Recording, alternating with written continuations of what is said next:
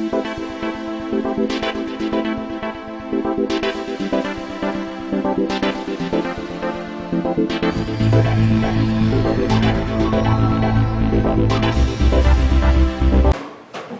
good evening, everyone.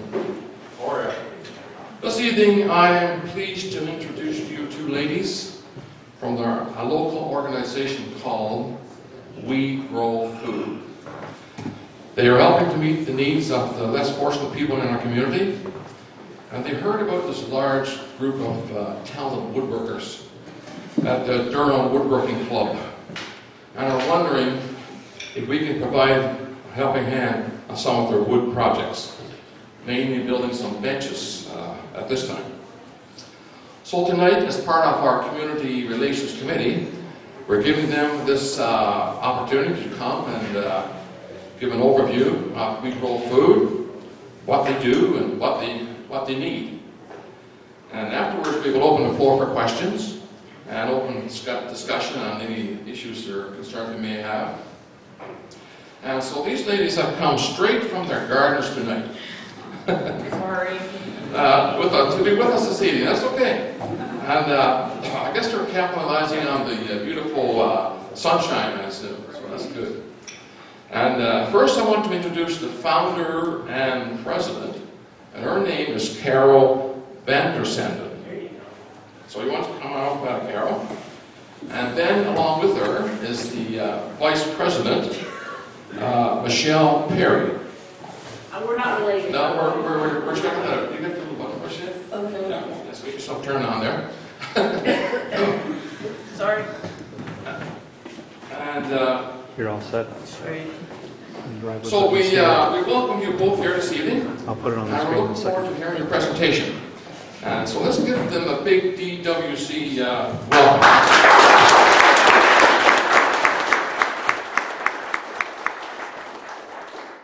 Can you turn the computer so that you can be up here as well? Well, I can give her the mic. She just wants me to hit the button. Okay. I'm the designated button hitter. You can hang on. So we weren't really expecting this, you know, we had reached out and we wanted to get some Don't go to benches. the center, because you're going to block this little. Where can I? You're right where you are. Right there. I'm I'm a wanderer. Yeah, so we had just reached out to see if we could get some expertise, and now all of a sudden we're feeling a little intimidated because all of our gardens have raised beds, and there's a gazebo, and there's different things happening in there, but nothing nearly as beautiful as the few things that we've seen already. So we have some pretty basic skills, but we know how to get things done, that's for sure. So have you got the first slide up there, Michelle? Am I good to hit the button? How does that? Yep, just click. There you go. Just click.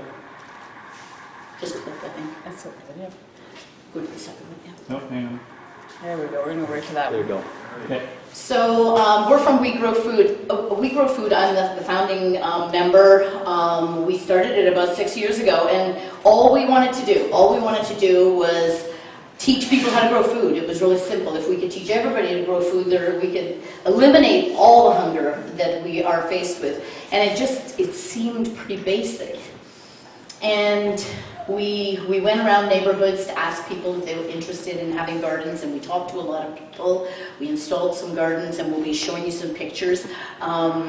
But we realized really quickly that it wasn't just about building gardens and growing food, that was almost the residual, but that the main thing was about building communities. And we found very quickly that people used We Grow Food as a place to be and to get together. So we have been growing a lot of food.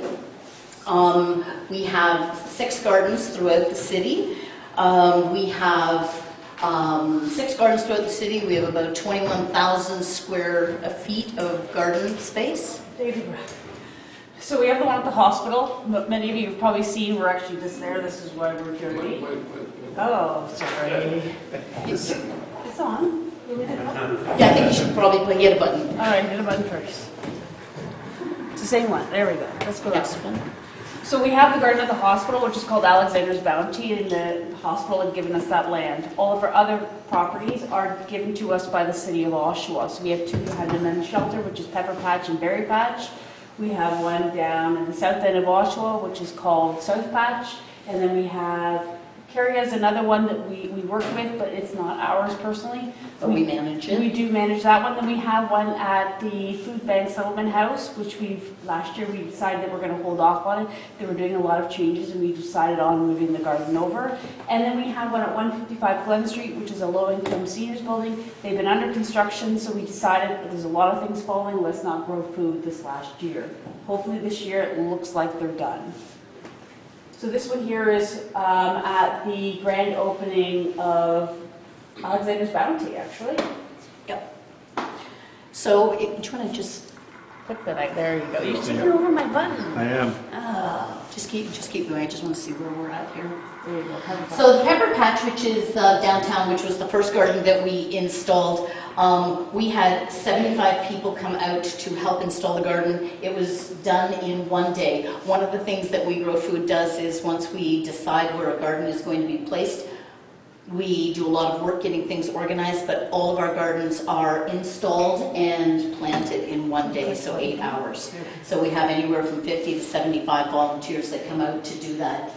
The Pepper Patch is just here at John and Albert. It services over 40 families, residents of the men's hostel, people who work in the neighborhood who come with their little Tupperware dishes and go to the garden and pick their lettuce for lunch. And then a lot of people who come as tourists into Oshawa, who come into the gardens. So it just started as a city lot. We approached the city at 4 o'clock in the afternoon on a Friday, and by 9:30 on Monday morning, we were given the property to make a garden. That's 8 hours. That was done in 8 hours. Wow. Incredible. Can you take that? This garden also took the lot across the street. And this neighborhood embraced what We Grow Food was about right away.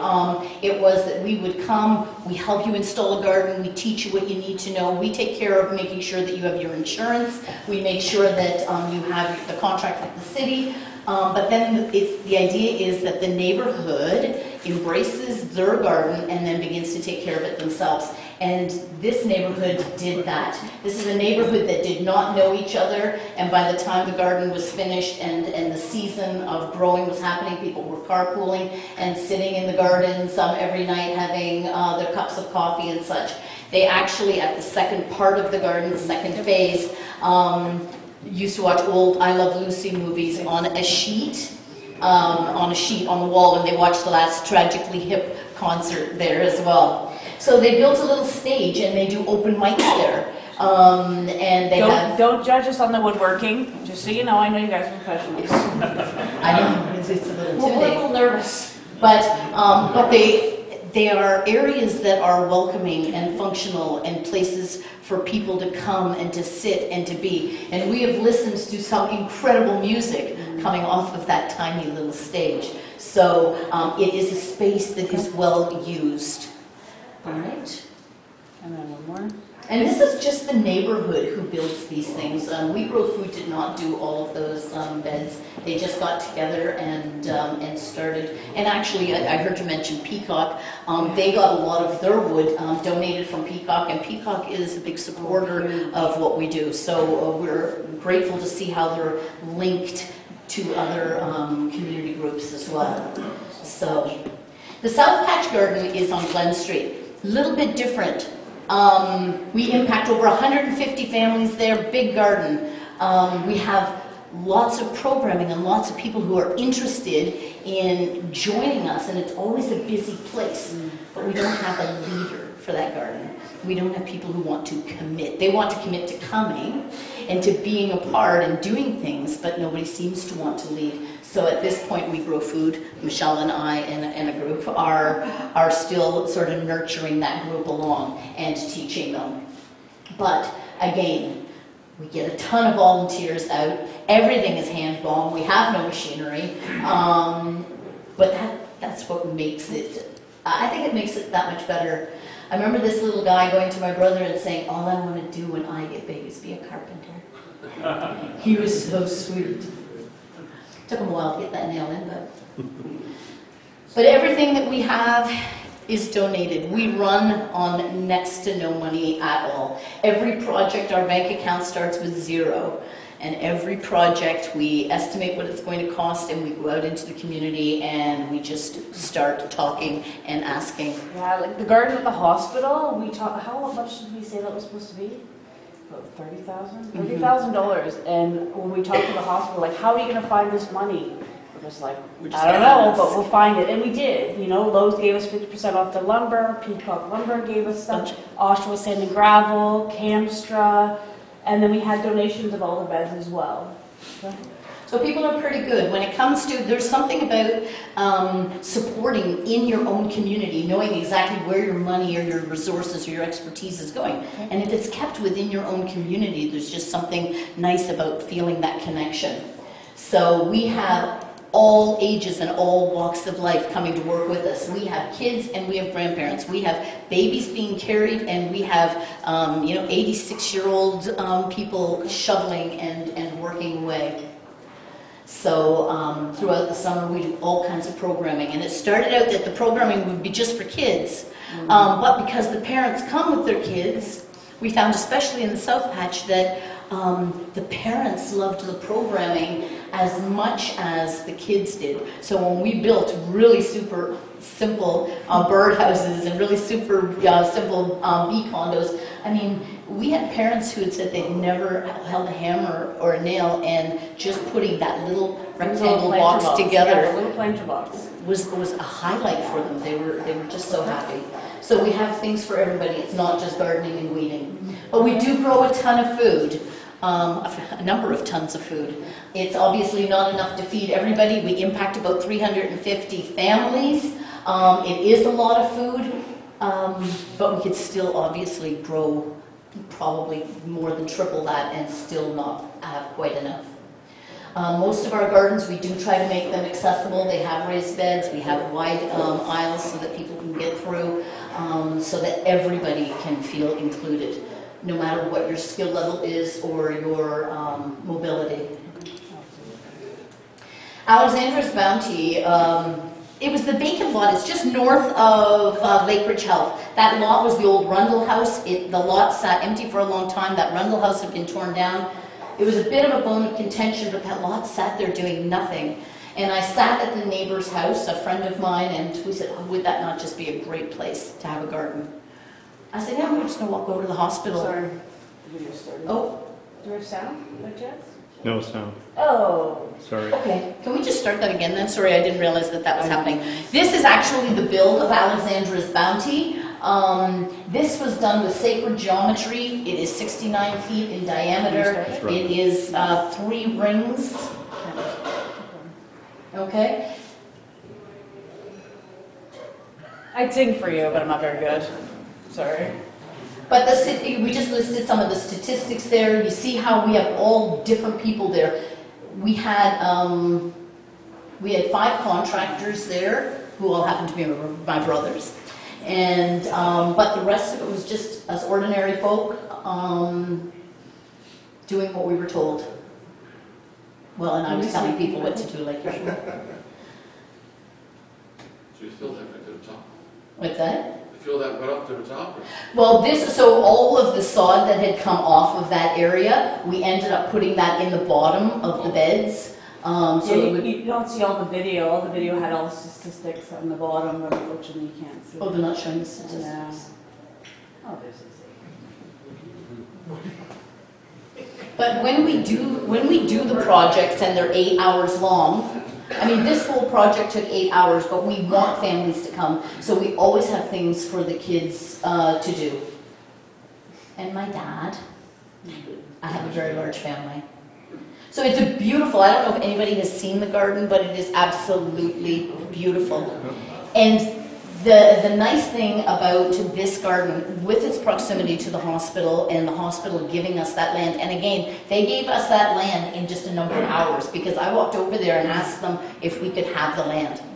And They might want to see my pretty face too. Oh, isn't that nice face? Is there parking there at that spot? What's that? Parking? There's no parking. That's the only garden that does not have parking, so you have to park on the streets. All the other gardens, there is parking available. So the idea of the neighborhood gardens is that people walk to their gardens, okay? So we don't worry too much about the parking, but when we walked over to the hospital, you know, their number one thing is liability. You know, and, oh, you know, what about liability? I said, well, we have our insurance, we can cover the land. And then she said, well, we need a contract. And I said, I have a contract with City of Oshawa. If that's not good enough, then we'll just change all the names.